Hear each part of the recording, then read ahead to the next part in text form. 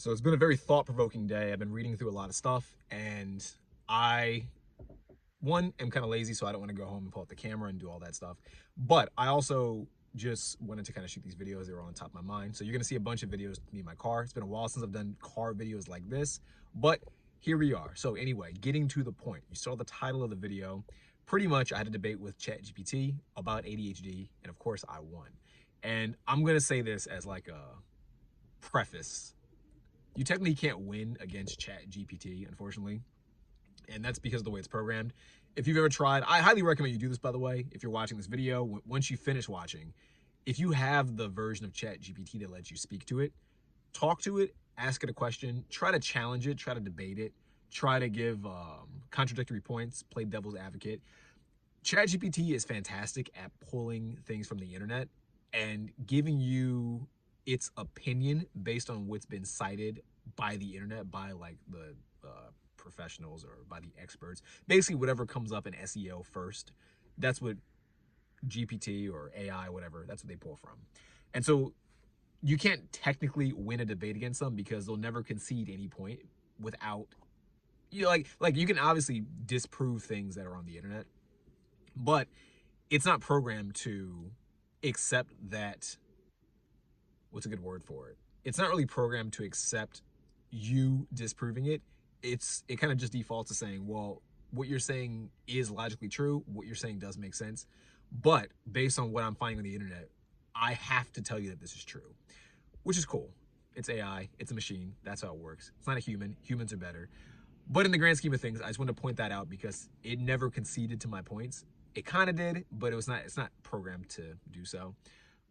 But anyway, without me rambling too long, I made a video earlier today based on when this video is posted. The other video will already be up. It's about this girl. Her name, I think, is Nicole. Long story short, you can watch the video if you want to get the full details, but long story short, she is lazy and she claims she had ADHD. She sued her ex-employer because she just didn't show up to work and she didn't do her job. And they said she was disorganized. She called that discrimination. She sued and she won. And so in that video, what I said was, I found that ADHD does not exist. And I want to be clear because this is something that came up when I debated ChatGPT. When I say something doesn't exist, I'm not saying that the symptoms that we define as something doesn't exist. What I'm saying when I say something like ADHD doesn't exist, what I'm basically saying is that everyone has ADHD, therefore no one has ADHD, therefore it doesn't exist. Therefore it's not really something worth talking about. It's not really something worth diagnosing. It's not something worth labeling. That's what I mean when I say something doesn't exist. For example, and this is another example I use with ChatGPT, I made up my own disease called hypophatism. This isn't meant to be like shaming towards anybody. Basically, the symptoms of I defined it. Hypophatism is when you are overweight. I called it a disease. And I said the symptoms of hypophatism is, one, you're overweight, over the average body mass index for whatever your gender is. Two, you have low energy. Three, you feel sluggish. Four, you are more prone to health issues. So that was the terminology I came up with, and I came up with the symptoms. And I said, when we were having our discussion, I pretty much said, hypophatism does not exist. And the reason why it does not exist is because what I just described is people being overweight. Being overweight exists. Hypophatism, this disease that I came up with, this disease that I've labeled people with, this disease that I've defined with symptoms, does not exist because it affects so many people. And the reasons for why it affects people, because they eat too many calories and they move too little, is so obvious and so clear that there's no need to give it a whole separate diagnosis or a whole separate condition. And people do this, by the way. People do this. And this is kind of I'm getting ahead of myself, but this is one of the things that upsets me with modern society. But I'm debating with ChatGPT, and I'm pretty much saying that ADHD doesn't exist. And I'm challenging ChatGPT to prove me wrong. Give me objective, reliable sources indicating that ADHD is really this like disease or really this handicap, as people consider it to be, that you truly cannot really fix, that is truly natural, and that does truly affect your life across all areas significantly. And those things are extremely important, because one of the main things, and I said this in the other video, but I'll say it again in case you haven't seen the other video, is when I see people say they have ADHD, one of the biggest things I always notice is that they never have ADHD when it comes to things they actually enjoy doing. And that's why I say it doesn't exist. I asked ChatGPT, when do people typically get diagnosed with ADHD? She said, primarily when you're a child, primarily in the academic setting. However, based on data, and this is what she, because it's a voice, it's a female voice from my AI. She said, however, adults have been diagnosed with ADHD, and it almost always occurs in the workplace. And so as we're discussing, I'm saying, isn't it interesting how ADHD only occurs in scenarios that people find like unpleasurable or typically just boring, right? Wouldn't that be like if ADHD were truly this thing that prevented you from doing a task for any long extended period of time, if it was truly something that prevented you from actually focusing on something, if it really hurt your ability to comprehend something, then you should have it no matter what. To me, it's kind of like Tourette's. People say that like Tourette's is this kind of almost like verbal tic that you cannot control. And I've heard some mixed things about Tourette's. I do feel like a lot of people claim they have Tourette's. It's another one of those things. It's kind of funny as we're talking about it. Another one of those like diagnoses that people don't really have, but they pretend like they have it. And I'm not saying that Tourette's doesn't exist. I'm not saying that people don't have Tourette's. I am saying that people diagnose themselves with Tourette's and they act as if they have Tourette's to get attention when they don't really have Tourette's. I am saying that. But Tourette's is very specific. Tourette's is a verbal tic that is unconscious. You cannot control it, and it does come up at inopportune times by definition. If you only have Tourette's, say for example, if you're a TikToker, if you only have Tourette's when you're on stream, but you never have it during the other 22 hours of the day, you don't have Tourette's. You seek attention, right? Same with ADHD. If you claim you have ADHD, but it's only in a school setting or it's only in a workplace setting, you do not have ADHD. You just are bored. You're just bored and you just don't want to put forth the effort to focus on whatever you need to focus on, which is cool. I said this in the other video. That's perfectly fine. You're allowed to do that. I'm not saying that's a bad thing inherently. I'm not saying you can't do that. But I am saying let's be honest with ourselves and let's call it what it is. You just don't like doing A, B, and C. Cool. Oh, well, it's typically diagnosed in kids. Yeah, because kids don't like school. Many kids do not like school. I know years ago when I was in college, I don't want to talk too much about like my personal family, but my mom, she works with children who, let's just say, have mental health issues. And I know she was telling me about a lot of kids being diagnosed with ADHD. I've heard from other people and other professionals, and I've read other books, and I've watched other YouTube videos where a lot of young children, particularly boys, are diagnosed with ADHD. And I've always thought to myself, it was interesting that a lot of young men or young boys are diagnosed with ADHD. Why is that? Well, part of the diagnoses are just basic things that lots of humans have, especially young boys. Oh, he can't sit still. Oh, he can't pay attention.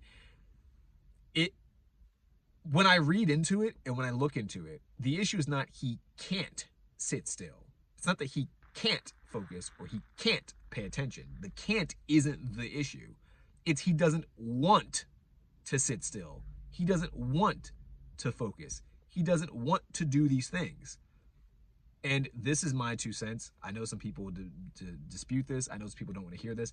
I'm not one of those people who believes that boys and girls are the exact same at birth. I don't believe that. I haven't seen that to be true. The research I've seen countering that is terrible, quite honest. And I have read the research. I have read the data. I've been doing so since college. I've seen the books. I think it's like Pinker. I think David Pinker, I forget his name, who kind of did the whole blank state theory. It's garbage. It's just not true. Like you can take a large sample of young boys and a large sample of young girls, like a really large sample, and more or less, the boys will behave different than the girls. The girls might be more obedient. The boys might be a little bit more chaotic. I think it's just biology. That's really what it comes down to. I think it's just natural biology. It's much in the same way as me saying, yeah, dudes have more testosterone and girls have more estrogen. It's biology. You can claim that it's not true. You can claim that it doesn't exist. You can claim that this is all social constructs, but the biology speaks for itself. If I go to test a random boy, in general, he's probably going to have more testosterone than a girl, right? So there are some things that I think are just inherently true and that are not socialized into us. And the reason why I say this is because you see a lot of these young boys that get tested with the symptoms for ADHD, and it's like, he doesn't have ADHD because ADHD doesn't exist. He's just a young boy that doesn't like the things you're fucking saying in class. Not because he doesn't like, he's anti the subject, but because you as the teacher aren't teaching him in a way that he cares about, which is your job as a teacher, by the way. Like, as a teacher, your job is to help your student comprehend a topic or subject in a way that's best for them. Now, the issue, of course, with schools, and I don't want to get too deep into this, is that with schools, there's too many students in one classroom for just one teacher. And I do think that there are a lot of teachers that aren't qualified enough to teach certain topics because they don't understand the topics that well themselves. And this is something I demonstrated. I demonstrated this in college. I knew some people who were getting into the teaching field in college, and I would ask them questions about topics that they'd have to teach, and they knew nothing about the topic. And I was like, how can you teach this if you don't understand it yourself? You don't understand it at a basic level, and you certainly don't understand it at an advanced enough level to deconstruct it and share it with somebody in a way that's digestible and understandable and comprehensible to them, especially when it's kids. It's a completely different point. I might make a different video on it in the future if you guys want me to. But getting back to it, you see a lot of young boys that get diagnosed with ADHD. So it feels like it's a target against young boys. And it's kind of just like, ADHD is just you claiming that people in a certain setting should behave in a certain way, when in reality, different people don't do that. It'd be like me saying, oh, we have a diagnosis for people who are a bit more aggressive than average. They are mentally unwell. It's like, well, are they mentally unwell or are they just different? Let's be real. Like, mentally unwell and just slightly different, I think, are two different things entirely. I think there is, how do I put this? You can be somebody who has a disorder that prevents you from actually using your brain correctly. And I do think that's very few people. I don't think that's actually a lot of people. And you can be somebody who's just slightly different. They call people nowadays, like people on the spectrum, where they say there's certain people who are neurodivergent. If you're neurodivergent, you're just a little bit different. Maybe you're more than just a little different. Maybe you're just a tiny bit different. Maybe you're a lot different. Only the people who are a lot different to the point where they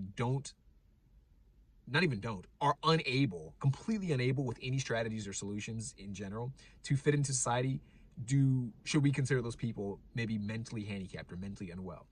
Everyone else, they're normal. Relatively speaking, they're normal because there's plenty of people in society that also face those exact same things. So in the grand scheme of things, they're normal. Now, do you have to handle those people a little bit different than everyone else? Sure. But this is how humans operate. I want to share a quick story. Hopefully I'm not deviating too much. When I was growing up, I don't know if YouTube will flag me for saying this, so I'm not going to say it, but hopefully you can understand the word. There was a word growing up, mentally, it starts with an R word, and it basically meant lower functioning. And I remember growing up, I had a few friends who were labeled that in school. They were labeled in public school mentally R word. And as I got older, I thought back on it and I was like, what a stupid phrase. Like, what a stupid word. Are there some people who might actually have some genetic issues that prevent them from doing certain things? Like maybe someone has like Down syndrome or something, and that they like physically cannot comprehend things a certain way, or they physically cannot express things a certain way. Sure, totally agree. But I would have friends who were just a little bit slower in class, and because they couldn't keep up with the pace of the class, they would get labeled as mentally R words. So they had to take a whole separate class and be excluded from the main class to be with other people who are mentally R word. And it put a stigma on them. It put like this negative label on them, and it prevented them from, I think, excelling the way they ordinarily could have. Now, as time went on, these people who are labeled mentally R word, I found this to be true when we were hanging out when we were kids, but they were as smart, if not smarter, than most people that I knew. Most people I would say in society. Now, Why were they labeled mentally R-word? Because in that classroom setting, they didn't live up to those standards that the classroom set. But, and this is my personal take as an adult, as someone who tries to analyze the school system, who tries to realize that just things in society don't make much sense. Rather than label him mentally R-word, let's consider that the class might not just be set up in a way that's efficient for 50 students or 40 students, 30 students all at one time. That could be a possibility. Instead of giving him this label that'll affect the rest of his life and make him think that he's something that he's not, which is extremely different in a negative aspect, let's consider that maybe classroom settings are just outdated. Maybe classroom settings just don't work the way they should because there's too many students who can learn quickly on their own and other students who can't learn as quickly on their own or in this setting, or some students who just don't care about the subject, which leads to them not learning quickly. Are they stupid? No. Do they have a mental handicap? No. Do they have any genetic disease? No. They either don't care, don't want to care, or you're going a little bit too fast, or you're explaining things in a way that's not comprehensible to them at this particular time. There's lots of things that could be the issue, but people don't do that. People just say, oh, well, you know, there's 10 boys and 10 girls, and these 2 boys, they just keep fighting. They won't keep still. They must have ADHD. They must. Because the symptom of ADHD means they can't focus and they can't sit still. Could be that, teacher. Or it could be that you're teaching boring math and these are 2 young boys who probably have a lot of energy. Maybe in their home environment, they don't get to move around that much. So when they're in school, all the energy's, this is probably the one place where they get to let it out, maybe. And instead of you learning how to explain to them and teach them that this is a classroom where they need to sit still, or adapting the class to allow them to express their energy a little bit better in a way that makes sense to them, you give them a label, and then you give them medication, and then you give them drugs, and you alter their brain chemistry to be something different than what they originally were. And so as I'm chatting with ChatGPT, I know I started this by saying I beat ChatGPT. I'm getting back to it. Hear me out. As I'm debating ChatGPT says, well, I hear you out, and you are correct that many of the symptoms are just things that people experience in society. To which I say, well, if everyone experiences it, then it technically doesn't exist, right? It's not special if everyone can get it. ChatGPT agrees and says, yeah, but also MRI data, the brain scan, like when they do a brain scan, expresses that there's a difference in brain chemistry, which leads people to believe that they have ADHD. And I said, cool. What prompts someone to do a brain scan for these studies? Because whenever you see people, and this is something I challenge you to do, I really hope you do this if you're watching this, if you really want to take thinking about things seriously, whenever someone cites a study, ask them how they got the data and ask them what prompted them to even do the study in the first place. So I say to ChatGPT, okay, the people in the study, this longitudinal study, because ChatGPT says, oh, well, there's a longitudinal study where they took people who were children and they monitored them until adulthood, and they did MRIs once or twice a year to assess their brain chemistry and their brain waves, and they found that there were differences in the brains of people with ADHD and people without ADHD. And my first question, the first confound that immediately came to mind is, how do you pick the people for the study? Oh, well, we picked the people based on people who were already diagnosed with ADHD. But in order for you to diagnose someone with ADHD, that means that you spotted differences in them. You've already got a doctor to claim that they have ADHD, and you've already given them the label, right? ChatGPT agrees. And so I say, well, the problem with that, the big confound that I already see is that when you give someone a label, they'll act in accordance to that label, especially kids. It's kind of like when I was in criminology, slight deviation. There was this thing called labeling theory. And labeling theory in criminology was essentially the problem with falsely accusing people of being a criminal is that when you falsely accuse people of being a criminal, they might actually go to jail or prison. And when they go to jail or prison, despite them not actually committing a crime, they hang around other real criminals. And by hanging around other real criminals, and because they have the label of being a criminal, the world treats them a certain way. So if you are labeled a criminal, despite never committing a crime, it's hard to get a job. People will maybe be afraid of you. They'll treat you mean. They'll treat you different. And so, long story short, because you have this label, it creates a trickle-down effect, and you have to act by external circumstances and by internal circumstances in accordance with the label, ultimately making you into the label itself. So, just to kind of reiterate that point, someone who does not commit a crime gets called a criminal. And because they're called a criminal, the world treats them like a criminal, and they see themselves as a criminal, which leads to them actually eventually becoming a criminal. Make sense? And so I said that's a huge confound. The people in the study are already labeled people with ADHD. So naturally, their brains are going to be different than the people who aren't labeled with ADHD. That's like me saying, oh, this guy is an athlete despite him never actually doing anything athletic. If I called someone an athlete and I kept calling them an athlete their entire childhood, eventually, to live up to the stereotype or to live up to the label I've placed on them, they'll start acting like an athlete. And if you look at their brains, the brain of an athlete versus a non-athlete, obviously it's going to look a bit different because a non-athlete does something different than an athlete, which is why they have the label in the first place. This is why we have definitions. Like if you took two people who are different, obviously they're gonna have different brain chemistries. The brain chemistry is the thing that makes them do the different behaviors. So it's this redundant point to say, well, because the brain chemistry is different, we can spot that there's a difference between people with ADHD versus people without ADHD. That's like me saying there's a disease for laziness, and me saying, oh yeah, with an MRI study, we've noticed that people who aren't lazy have a different brain chemistry than people who are lazy. Well, no shit. Like, that's how it works. If they had the same brain chemistry, they'd be the same. They both either be lazy or they both be not lazy. This is how it works. So I say all this because at the end of it, when we're kind of going through our debates, ChatGPT failed in demonstrating to me objectively that there's any real difference between people who just choose not to learn strategies to perform better or people who learn ways to find more interest in things. It was unable to do that, which is why, long story short, that's how I won the debate, because ChatGPT, like, he nods, like, yeah, I can't provide any sources. I remember one question that kind of stumped ChatGPT, which is kind of funny to me, is ChatGPT was bringing up all these like different studies and case studies, and I said, I had a question. I was like, let me ask you a question. Can you find a case study on someone who exhibits the traits or the symptoms of ADHD while doing something they find enjoyable? So, and I gave these specific examples. If you're a young man, because young children are the ones most diagnosed with ADHD, are there any case studies or any data on young boys who exhibit signs of ADHD while doing things like martial arts, while playing outside, while engaging in roughhouse behavior, and while playing video games? ChatGPT says, no, there's no data on that. She says it probably exists, but there's no data that it could cite. Despite being able to cite data on everything else, that was the typical stuff about ADHD. She had nothing on my points. I said, cool, what about girls? Is there any data on young girls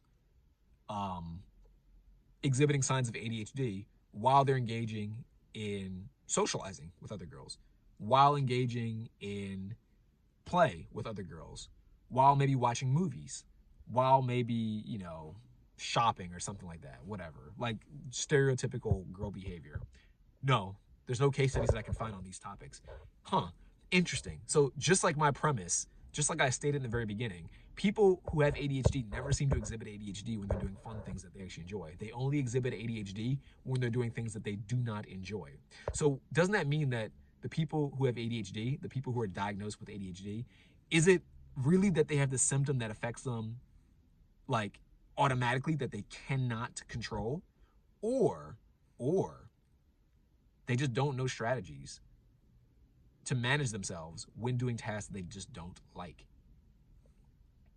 You could have called me ADHD when I was in high school. Maybe I would have been diagnosed with it had, the schools I gone to really cared that much about diagnoses back then. I don't think when I was a kid, diagnoses like this existed. They weren't prevalent like they are nowadays. Nowadays, everything has a label. Everything has a diagnosis. Everyone nowadays is like 15 different mental health disorders somehow. When I was a kid, I didn't like to study. I didn't like to focus. I didn't like school at all. I don't like school now. When I was in college, as an adult, I didn't go to class. Why? Because school's boring. The teachers are slow. They teach things way slower than they need to. I remember, side note, kind of a flex. When I was in college, my senior and junior year, I got kicked out twice, eventually got back. And I remember I was trying to just get out of college as quickly as I could and graduate. And I remember I went to class for like the first 2 or 3 weeks of school, and the teachers were so slow. And I thought to myself, I remember reading the syllabus, and a lot of them, you could skip like X amount of days. There's only like certain days where they do attendance. And I was like, as long as I don't get dinged for attendance, I could probably just not come to class. And I think I could probably just learn the stuff they're teaching, because they were just reading off like PowerPoints and reading from the textbook. And I was like, I can just read the textbook chapter myself at home and I can probably read it in like 20 minutes, a whole chapter in like 20 minutes, instead of making one chapter, like stretching one chapter over 3 weeks. I can do it in like 30 minutes, one day, instead of 3 weeks. It's a better ROI for me to just stay home and just read the chapter myself, take my own notes, and understand this thing. And if I have a question, I can just ask the teacher, like by email. Then me walk to class for 50 minutes every day, 3 times until they finish this chapter. It's just pointless. And so I remember I stopped showing up to classes, and I got better grades by not showing up than I would have had I shown up. Like when I went to class, I got worse grades. When I stopped showing up, I got way better grades. I got like Dean's List. I got like all A's, almost a 4.0 GPA. So it's like, if someone were to see me, they'd be like, oh, he must have some mental health disorder. He must have some handicap. No, I'm just bored because you guys are slow. You guys don't teach me effectively because maybe I'm above average. I don't know. Maybe I have ADHD or some kind of mental handicap. I don't know. But it doesn't impact my life in any significant way to the point where it really matters, which means it doesn't really exist. And I'm sure there are other people in that class who had the exact same mindset. They were like, this is so slow. I remember kids all the time were sleeping in class. They probably had the exact same mindset, but unlike them, I don't always follow the rules. So I just didn't show up. And they probably were like, well, I need to show up because I'm paying tuition. It's like, bro, just don't go. It's not worth your time to waste your time in class when you can get the same grade or a better grade outside of class. That's my 2 cents, but I think different. Same with school. Same with grade school. When I was in high school, I hated high school. I didn't hate the people, and I didn't hate like the high school itself. I just hated the classes. I hated the idea of waking up at like 8 a.m. to be somewhere until like 5 p.m. all day, just learning about stuff that I didn't think was relevant at all. And it wasn't relevant. To this day, I don't think it's relevant. You could skip high school. Some people, I recommend them, like, hey, just skip high school. Skip it, drop out, start working, get your GED afterwards. You'll, like, working will teach you what you need to learn about the world faster than anything you can learn in high school or college. And anything you do not know nowadays with the internet, you can learn. You can learn. You can be like me, just start asking ChatGPT stuff. ChatGPT will teach you everything you need to know in like a day. You need questions? Ask ChatGPT. It'll follow up and it'll explain things better than a lot of these teachers can because it's tailored to the person speaking to it. But again, I want to reiterate my point. ADHD does not exist. If I made this challenge in the last video, and I want to do a little mini rant. When I did the other video, I don't get a lot of people that watch my content. I'll be honest. My content's not tailored, I think, for a YouTube audience. I think a lot of people on YouTube search for like stupid content. I think a lot of people on YouTube, they are very time killer based people. I'm not saying all people, but a lot of people on YouTube. They're the kind of people who watch like streams of people just like yelling at girls or just saying stupid stuff. They seek entertainment. My content's not that way. My content's very talkative. My content's very open-minded. I try my best to bring up topics and ideas I think will actually better your life. And I genuinely think this. I think most people in society, at least in America, they're not interested in bettering their lives. They're just interested in distracting themselves from their lives because they don't enjoy their lives. So I don't expect to get many viewers. I don't have many viewers. And so I made my other video about ADHD and someone posts, oh, well, I'm unsubscribing because I have ADHD and I have all these diseases. And you've offended me, effectively is what she was saying. To which I was saying, one, stop being offended by stuff. This is my message to her if she chooses to watch this, even though she claims she doesn't subscribe. But stop being offended by stuff. No one owes you anything with your feelings. You can choose to be offended and you can choose not to be offended. It's up to your interpretations. If you simply just listen to what I was saying, obviously I wasn't trying to offend somebody. I was just making a point. And at the end of the video, and it's the exact same thing I'm going to offer in this video, you're free to challenge it. I encourage you to challenge it because I might be wrong. Just like I debated ChatGPT to see if I was wrong and see if ChatGPT could prove me wrong, I challenge you to do the same. Debate me. Challenge me. Prove to me that I'm incorrect. I'll learn something. It'll be good for me. But she didn't do that. She said, oh, you should be helping people. I am helping people. By telling you to think bigger and to not just accept what people tell you is true and discard these labels that do not serve you, I am helping you. I've been helping you for the past X amount of years on my YouTube channel that no one watches. But the problem is people don't want to be helped. People just want to be distracted. So that's my message to her. And if you've made it this far, that's my message to you. Don't be distracted. I'm trying to help. Challenge things, challenge even me, challenge everybody. This is how we learn, and this is how we expand our thinking. So hopefully you enjoyed this video. If you did, leave a like, share it with somebody who might enjoy it as well. Click subscribe, and I hope to see you in the next video. Peace out. Bye.